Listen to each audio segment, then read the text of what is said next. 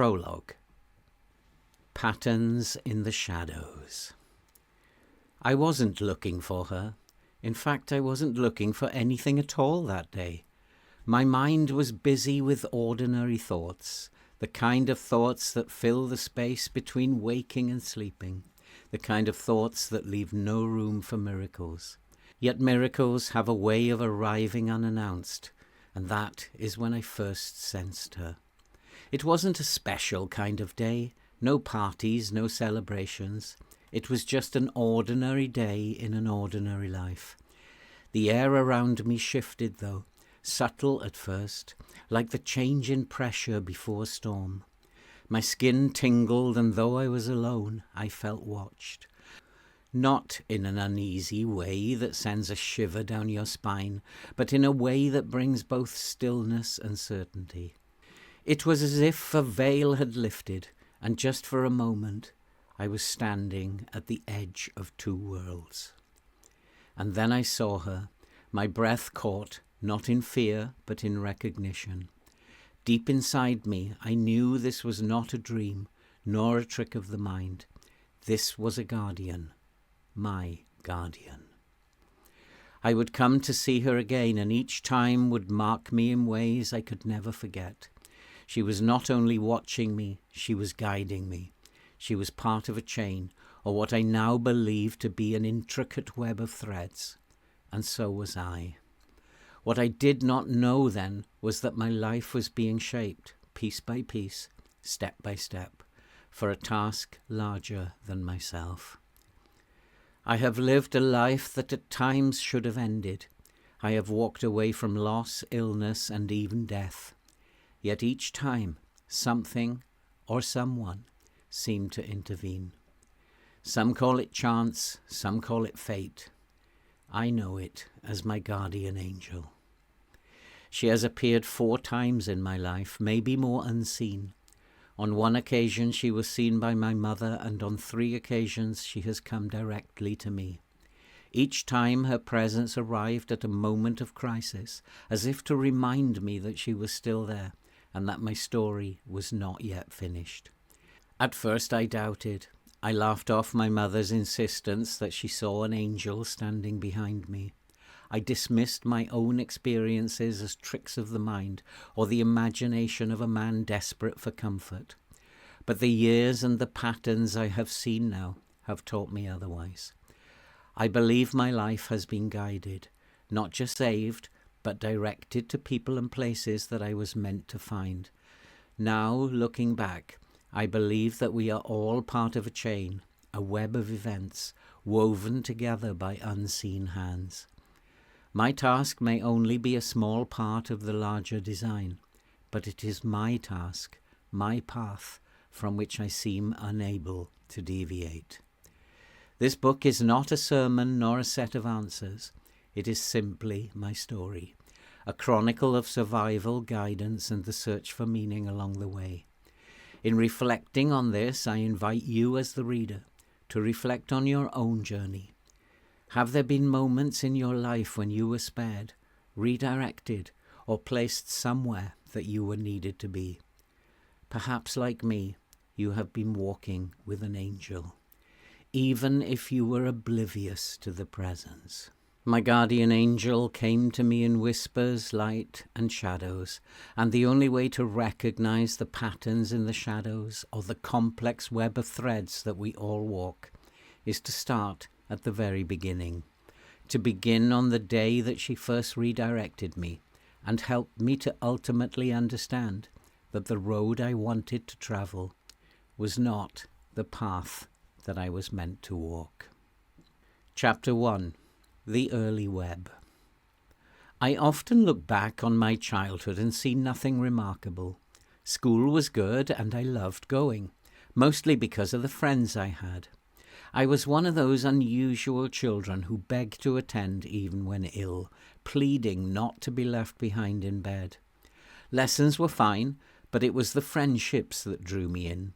I was a social creature, happiest when surrounded by others. Academically, I did enough to meet the expectations of parents and teachers. 8 O-levels and 3 A-levels. I took 9 O-levels just to be different.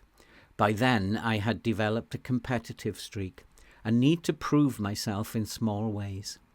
Sport became another outlet. Football, cricket, tennis. I wasn't especially gifted, yet my headmaster noticed that things, whether in the classroom or on the field, seemed to come naturally to me.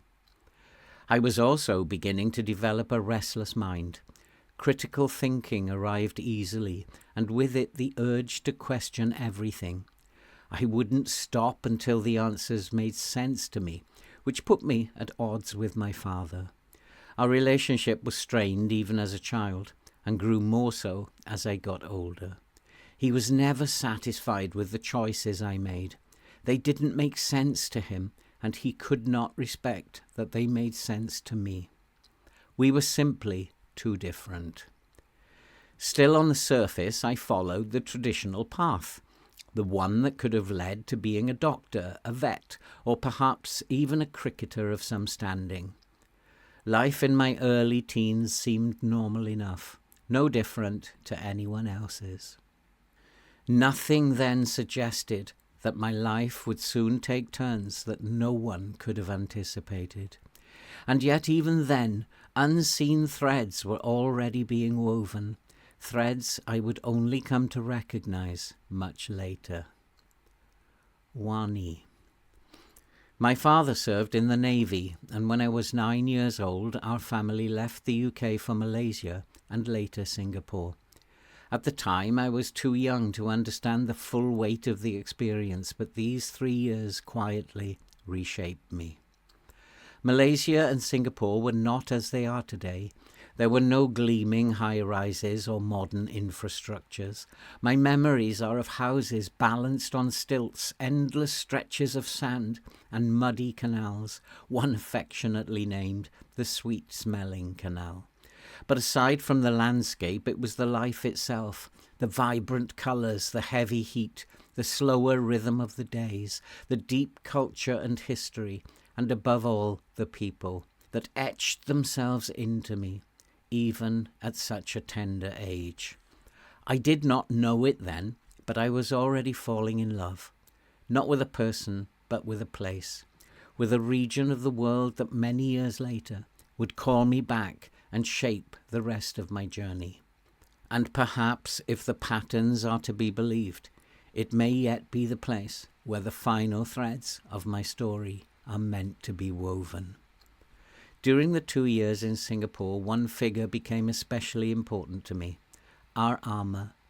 Her name was Wani, and looking back, I know her life was one of quiet sacrifice, her domestic household duties and childcare work unending, her position one of service.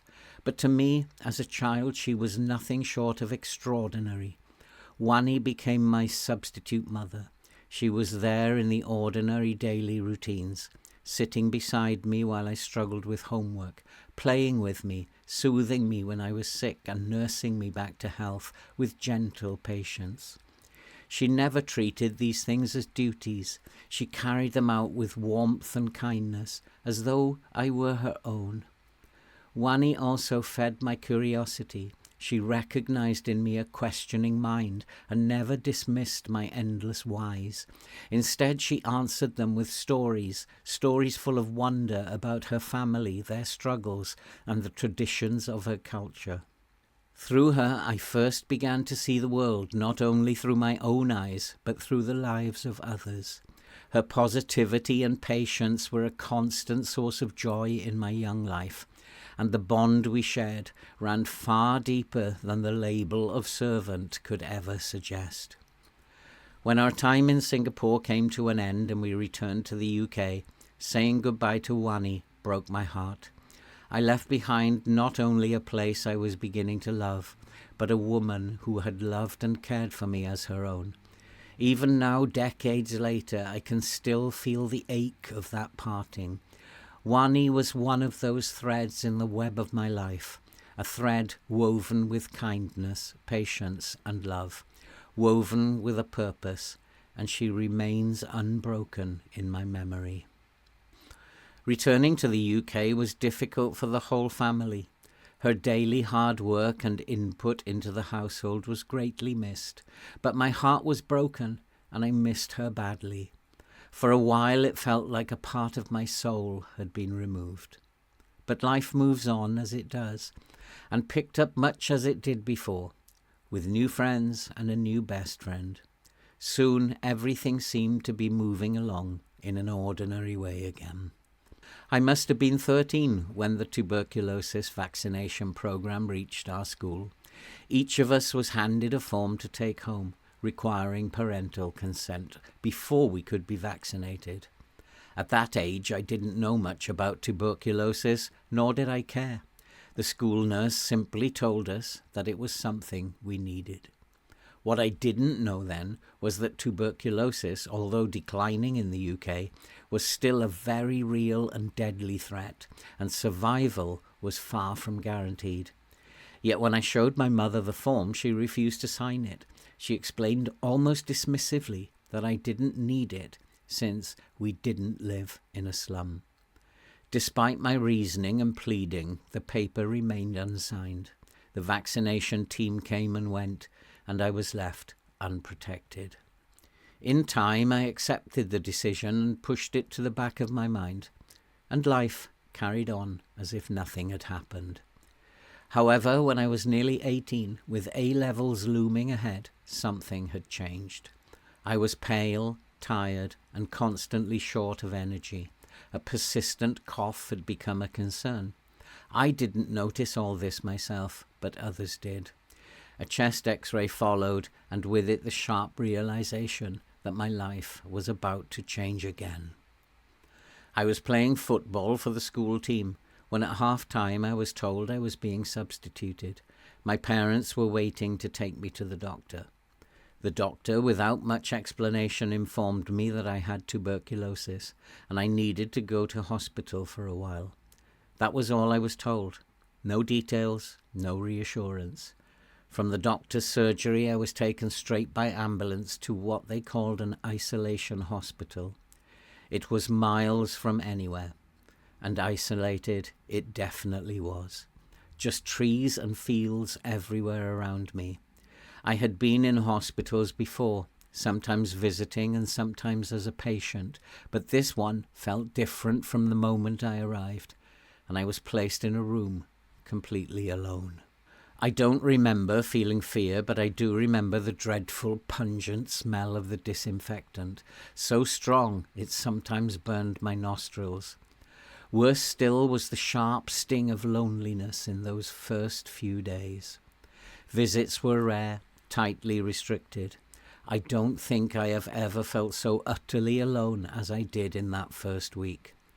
My mother cried when she left me there, and I cried for days afterwards. No one explained much, and I couldn't understand why I was being kept apart from the world like that, and why this had to happen. At that age, it felt like I was being punished for something I had done, something so serious no one could even speak of it.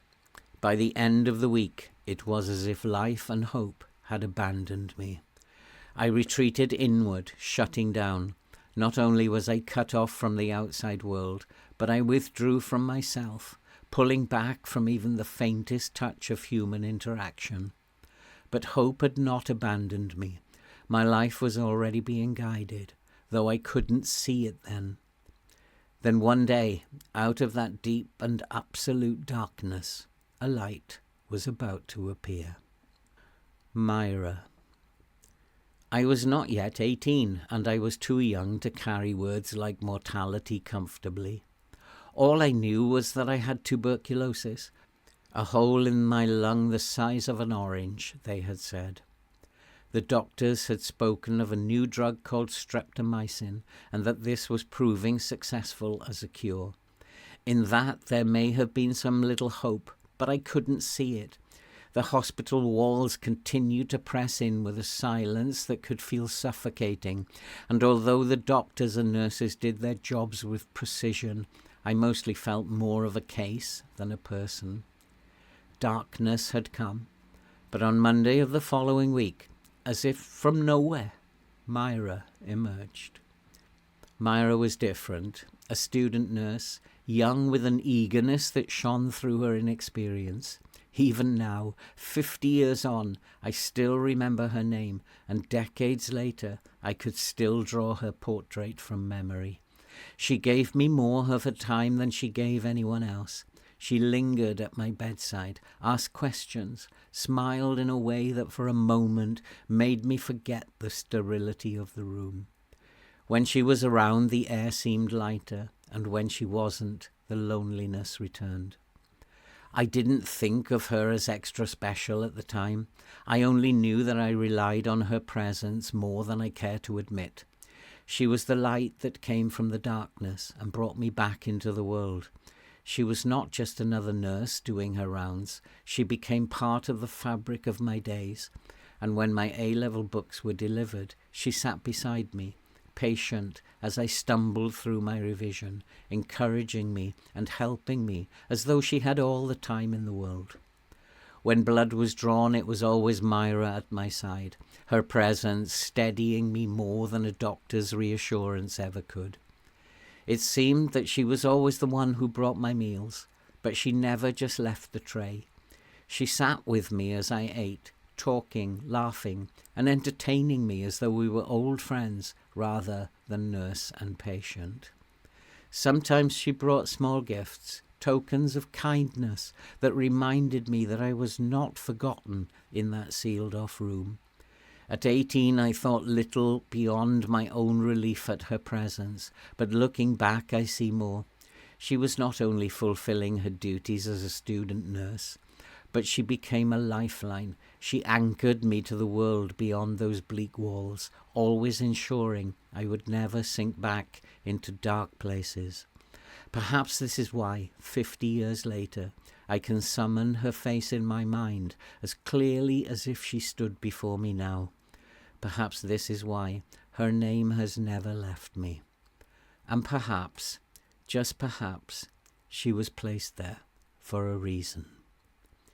As the years have passed, I have come to see patterns in my life, and now I look back differently. What if she was placed in my path, along my thread? What if her purpose was more than tending to a patient's chart, but to steady a young man standing on the edge of despair?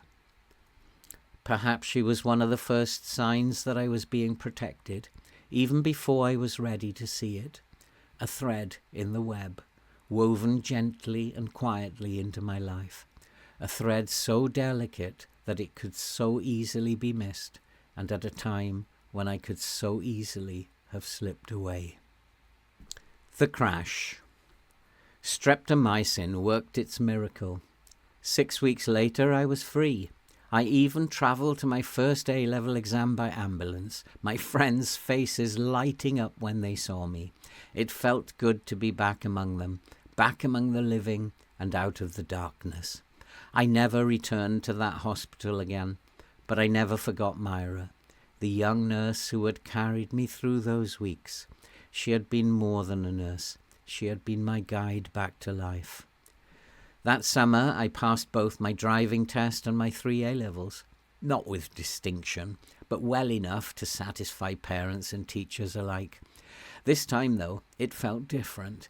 I carried my results with a quiet pride, knowing how much it had taken to get there. However, truthfully, while others had studied late into the night alone, I had Myra, patient, kind, and steady.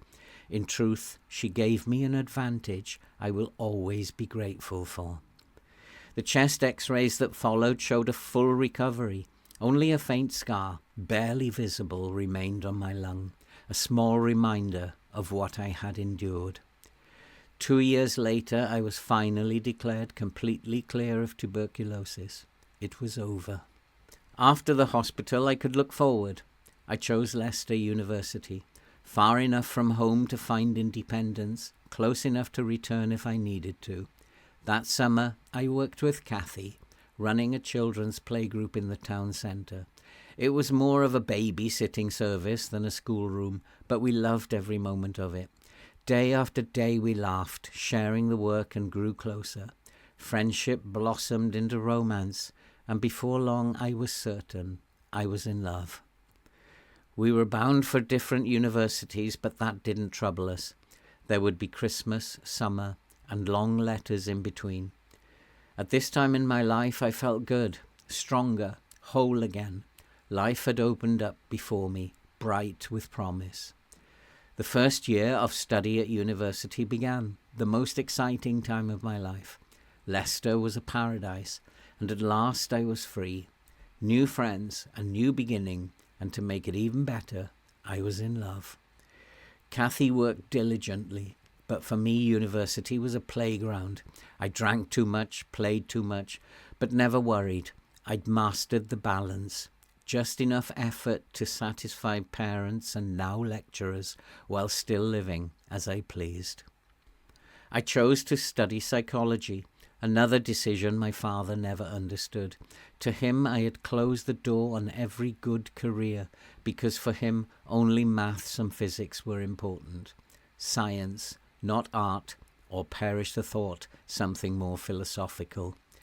Once again I was a failure in his eyes. But I was undaunted. I wanted to care about people because so many had cared about me. I wanted to understand human behavior, to help others through dark times, as I had once been helped. Psychology to me was not a step down. It was a step into meaning. During a short Easter break, I returned home. Kathy couldn't come, but I missed my mum. On the Sunday of the weekend, after another argument with my father, I stormed out and went for a drive to clear my head. The sky was heavy with dark clouds, the wind restless, the rain sweeping across the road. Yet the rhythmic swish of the wipers and the tapping of the rain on the windscreen calmed me.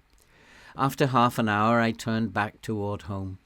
I didn't know it then, but 5 minutes before I reached the turn into our housing estate, another car had leaked oil onto the road. By the time I arrived, visibility was poor, and the sheen of oil was invisible in the wet gloom.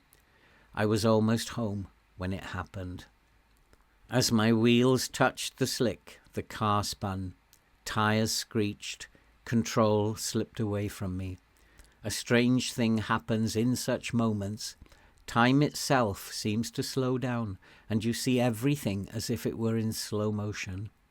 I remember the concrete lamppost coming towards me, then shutting my eyes. The sounds came next. Glass shattering, metal twisting, concrete grinding. Then silence.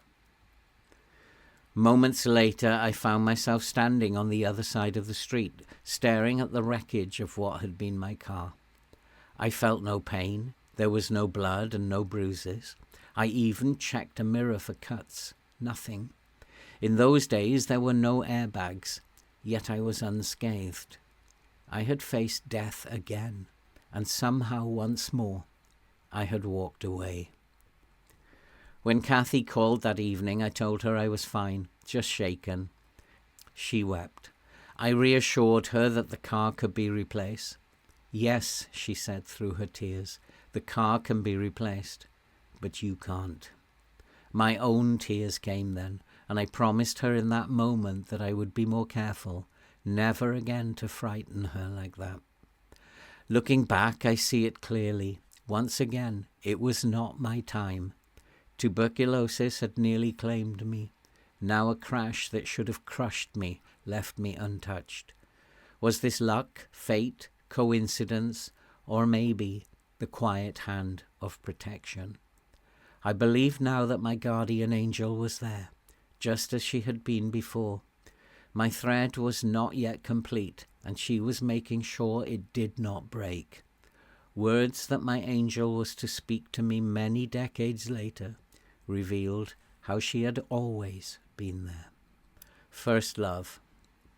University life resumed. I had a new car, a new sense of invincibility, and Kathy and I grew closer still, inseparable during the holidays. The crash faded into the background, a story told but not dwelt upon. Life was brilliant, at least for now. Moving on, I felt I was winning. Life was amazing, love was certain, and the future was mine. but I was soon to be shown that the road I wanted to follow was not an option. My path, it seemed, was already drawn. I didn't study too hard. By now I had mastered the art of doing just enough. That balance gave me the freedom to enjoy and explore the new environment, to meet people, to party, and most of all to live.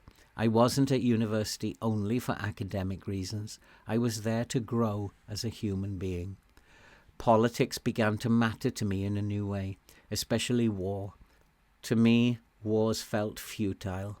Young lives squandered for reasons no one could ever justify. I wasn't an activist, but I had strong feelings and spoke them when the moment called. Alongside politics, I found myself drawn to the social sciences, to the study of people, of inequality, and those who lived with disadvantages I could barely imagine. Slowly, my sympathies and my sense of belonging shifted towards them. I felt alive in my exploration of who I was becoming. I read books not because I had to, but because I wanted to. I learned the art of letter writing, both personal and professional, and I even dabbled in art as an aside. My taste in music broadened. It wasn't just pop songs anymore, but finer, more layered forms that demanded attention. Sport was always a part of my daily life. My reputation as a young developing cricketer preceded me. And then there was David. He was a close friend and in my eyes a master of efficiency. He could speed read a book before I had even pulled it from the shelf. He taught me his craft, speed reading and power writing. And, as years before my headmaster had observed, I took to it quickly. These skills became a kind of secret weapon. Essays that once consumed 2 weeks now took me a single day. That gift of time became precious because it gave me space for everything else: friends, sport, politics, and Kathy. Always Kathy. She was devoted, and so was I. Though what made it feel so precious was that we weren't together every moment. Absence made it sweeter. The pain of separation quickly softened into the excitement of reunion. We didn't write letters. Instead, we had telephones. Not the mobile phones of today, but the kind tethered to the wall by a short cord. They did the job. I had a payphone in my hall of residence, and Kathy, who shared a house with other girls, had one in a booth across the road from her place. Every Monday at 6 o'clock without fail, she would call. I'd wait by the payphone in my hall, and she would cross the street and call from the booth opposite her house. We had made a promise, and it held week after week.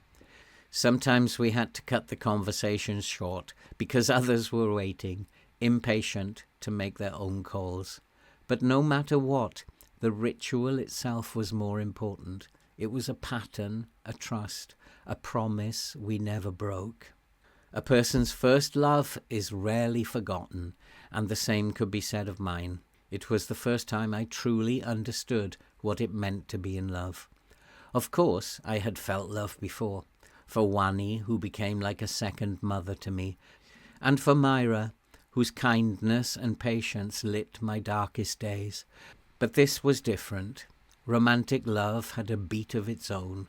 It made me feel as though I were walking on clouds, that the sun was brighter and the days longer, simply because she was in them. Even the ordinary became something special when we were together. But love, I came to learn, was not always a smooth and endless summer. The first year was full of discovery, laughter, and the sense of being inseparable.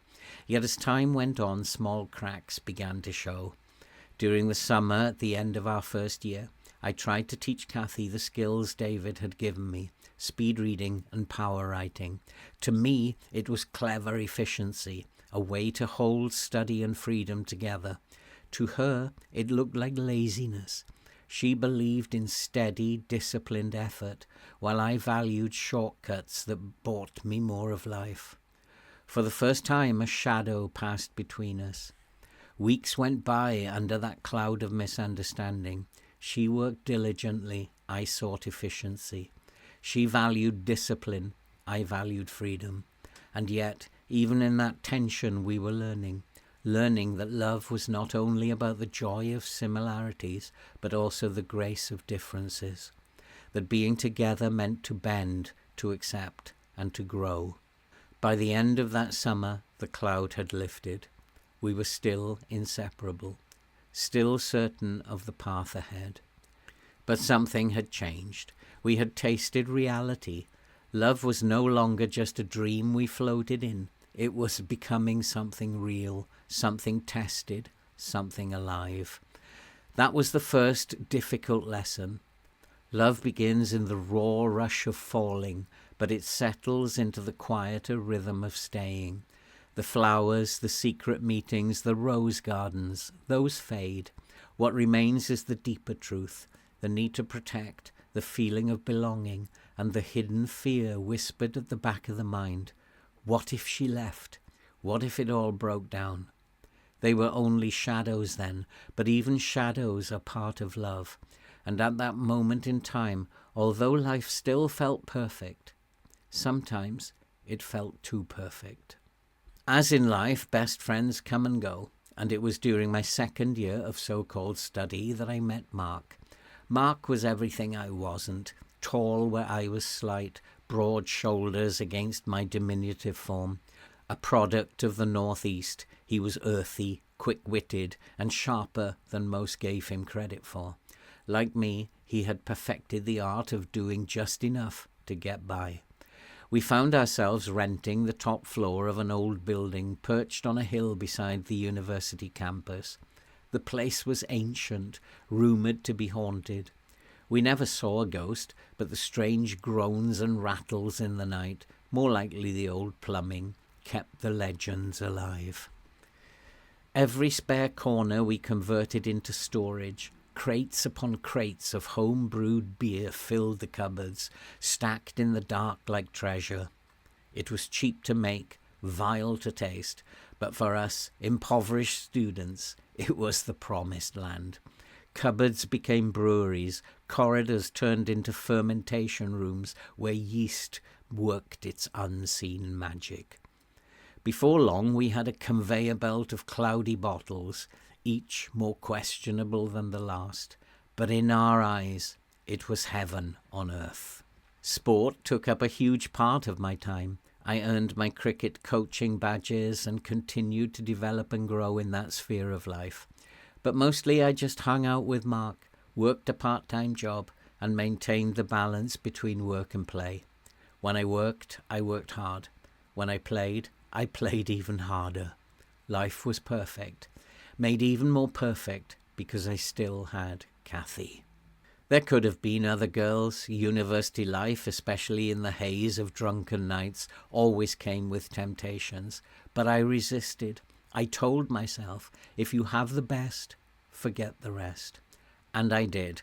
I remained loyal no matter how many opportunities appeared. Even so, in the rare quiet moments of reflection, I sometimes wondered if there was a problem. The thought never lingered long.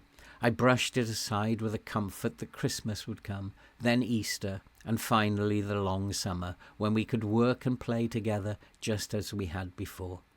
She wasn't in my every thought anymore, but she remained a presence in my mind, a steady vision of the future beyond these years of chaos and study. One thing never changed. I never missed Monday evening at 6 o'clock. Not once, not ever. Time slipped by quickly, exams came and went, and soon another summer was upon us. As the days drew nearer, I began to appreciate Kathy more deeply. Amid all the noise and distractions, she was still the rock on which I leaned. That summer, Kathy had changed. Not in a bad way, but something in her had shifted. She was more intense and more openly romantic than ever before. It was as if she had been holding back, and now she was ready to release everything, every thought, every feeling, every hidden emotion. We were the happiest we had ever been. Her new intensity drew something out of me too, pulling old shadows into the light. We talked and loved like never before. as though the world itself was urging us forward. It was building so quickly towards something more. A week before university was calling again, with fear rising inside me, I proposed. I didn't plan it. I didn't prepare a speech or a moment. I just did it. I had no money for a proper ring, so I used an old brass band I found in a toolbox, promising that one day I would replace it. When I asked, she fell into my arms as if the answer had been waiting on her lips all along. It felt almost as though she were saying, "What took you so long?" She didn't care about the ring. She didn't care if it was ever replaced. Kathy had never valued material things. What mattered was the promise itself. We were to be married. Thursday came, the day before we would part ways again for the new academic year, and yet I sensed a shadow, something unsettled beneath the joy. That evening we talked long into the night. We talked about not going back at all, about eloping, about running away and getting married without waiting another year. We knew our parents would be livid, especially Kathy's. But we wrestled with the questions. Would it really matter if we didn't finish university? Would our parents' disappointment be a price worth paying? Or was it more important to endure just one more year apart so that others around us could feel proud, could feel at peace? In the end, common sense prevailed. We agreed it was important to finish what we had started. One more year, that was all. We could survive it. And so on the last Friday of the summer we parted. As our hands slipped apart, she smiled and said the words that I needed to hear. "I'll phone you on Monday." Chapter 2. Fractures. The rain sheeted down in relentless waves as I drove into the darkness that night. My headlights barely cut through the curtain of water, the road ahead a blurred ribbon of black. Luckily, traffic was light, but my old car groaned as I pushed it as fast as it could go. I cursed the British weather. Why is it always like this when you're in a hurry, I thought, frustration rising with every mile. It was a 200-mile journey, yet it felt endless. My eyes stung from the strain, my body heavy with fatigue. My heart pounded as though it might burst. The rain seemed to sap what little strength I had left. Over and over, I muttered to myself, "I'll make it. I'll make it." On arrival, I left the car door swinging open in the rain. No time to lock it, no time to think. I didn't know where to go. There were no mobile phones then, no quick messages for directions, just strangers and the hope that someone might point me in the right direction. The car park was near empty, but at last a passerby showed me where to go. I burst into the building, dripping water over the polished floor. Still no idea where to go. I hurried down corridors, knocking into trolleys, weaving past staff, moving faster than I'd ever moved before. Then an open doorway, a wide room. Out of the corner of my eye, a figure forced me to stop in my tracks, as if someone had pulled the handbrake. I turned, heart hammering. She looked like Kathy, only older. I stepped inside, my whole body trembling. She lifted her eyes to mine, and without a word, slowly shook her head. My legs buckled, my voice cracked into a single word as I fell to my knees. No. In that instant, a thread I thought that would hold forever snapped. The web trembled, and I was left broken in its silence.